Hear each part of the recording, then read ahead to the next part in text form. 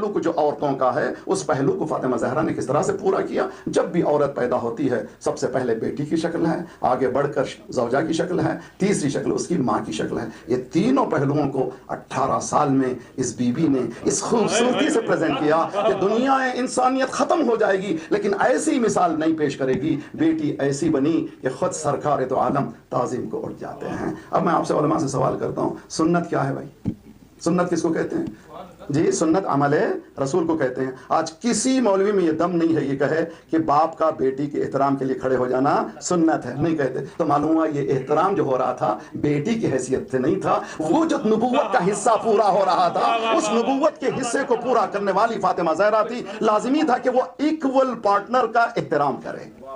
جیسے سی ای او ہو بیٹھا ہوا ہے, چائے لانے والا چائے لاتا ہے, دروازہ کھولنے والا کھولتا ہے, ہزاروں آتے جاتے ہیں, وہ پرواہی نہیں کرتا, اپنا کام کرتے بیٹھا ہے. لیکن اگر کوئی پیرلل سی ای او آ جائے تو فوراً استقبال کے لیے اٹھ جاتا ہے. یہی فاطمہ زہرا ہے. فاطمہ زہرا بیٹی کی حیثیت سے نہیں بلکہ وہ عملی دنیا میں عورتوں کو وہ تبلیغ کیا تھا کہ شہزادی فاطمہ کا احترام رسول اللہ پر فرض ہو گیا تھا. رسول اللہ نے احترام کر کے بتایا کہ اس بیٹی کا احترام کریں, اور یہ بتا دیا دنیا والوں کو, یاد رکھو اگر تم چاہتے ہو ایمان تمہارا باقی رہے, حدیث سنا رہا ہوں, جتنا ایمان میں اضافہ ہوتا چلا جائے گا, سرکار کی حدیث ہے, جتنا ایمان میں اضافہ ہوتا چلا جائے گا اتنا عورت سے محبت میں اضافہ ہوتا چلا جائے گا.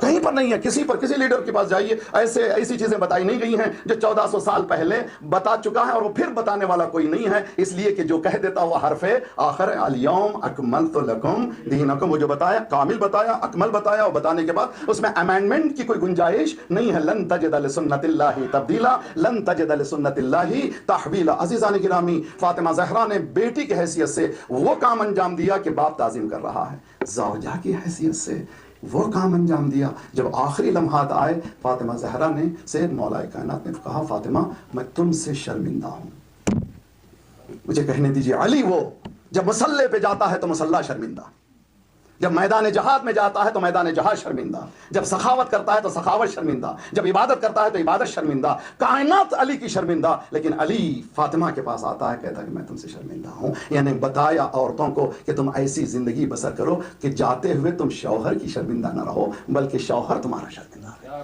یہ کون سا وقار ہے, یہ کون سا سلیقہ ہے, اس کا ڈھونڈنا, اس کا سمجھنا, اس پر چلنا ہم سب پر فریضہ ہے, اور ہم سب کا فریضہ ہے کہ ان راہوں کو اختیار کر کر انسان بن سکے. تیسرا مرحلہ بچوں کا.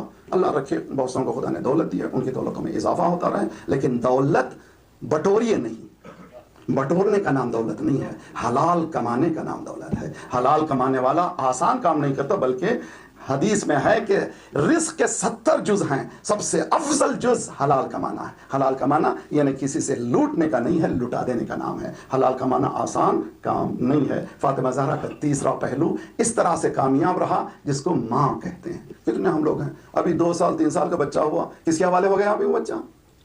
دیکھے کے حوالے ہو گیا, یا پیدا ہوتے ہی آیا کے حوالے ہو گیا. جیسا جس گھر میں گیا ویسے ہی سیکھے گا, اس سے ہٹ کر نہیں. لیکن فاطمہ زہرا نے بتایا میں مالک کائنات ہوں. سلمان کہتے ہیں کہ میں نے ایک دن دیکھا شہزادی چکی پیستے پیستے آرام کر رہی تھی, مگر چکی خود بخود چل رہی تھی اور جھولا خود بخود چل رہا تھا. میں تعجب سے سرکار سے پوچھا, پتا رسول اللہ نے فرمایا تم جانتے نہیں ہو اس وقت ملائک آئے ہوئے ہیں جو چکی کو پیس رہے ہیں اور جھولے کو جھلا رہے ہیں. شہزادی اگر آپ کے پاس اتنا پاور ہے کہ ملائک بلا سکتی ہیں تو ہر وقت ملک کو بلا لیجئے. شہزادی کہیں گی ہر وقت بلا لوں گی تو ایک غریب کے لیے نمونہ کیسے بنوں گی, توجہ کا طالب ہوں, ایک یتیم کے لیے, ایک بیکس کے لیے نمونہ کیسے بنوں گی. مجھے نمونہ بننا ضروری ہے, مثال بننا ضروری ہے, مینٹور بننا ضروری ہے. ماں کی خدمت بچوں کے لیے اس طرح سے کی. مجھے کہنے دیجئے جب ہمارے یہاں بچے ہوتے ہیں تو ہم کیا کہتے ہیں؟ انوسینٹ, معصوم.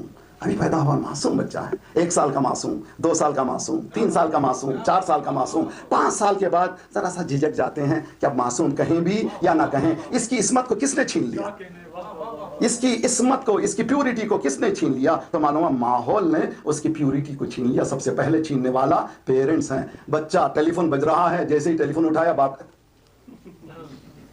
اور سمجھ رہے ہیں کہ اسمارٹ ہیں, بہت ہی چالو ہو گئے ہیں, بہت ہی چالاک ہو گئے ہیں. یہ چالاکی نہیں ہے, یہ بدبختی ہے. اس معصوم کو جس کے پاس جھوٹ بولنا نہیں آتا ہم نے جھوٹ سکھا دیا. اسی لیے لازمی ہے کہ عملی میدان میں ہم لوگ ایسے کام نہ کریں. شہزادی کونین نے دونوں بچوں کو, توجہ, آدم کو بھی ذات پروردگار نے کہا آدم یہ چیلنج ہے, بچوں کو دے رہا ہوں, معصوم واپس دے دو.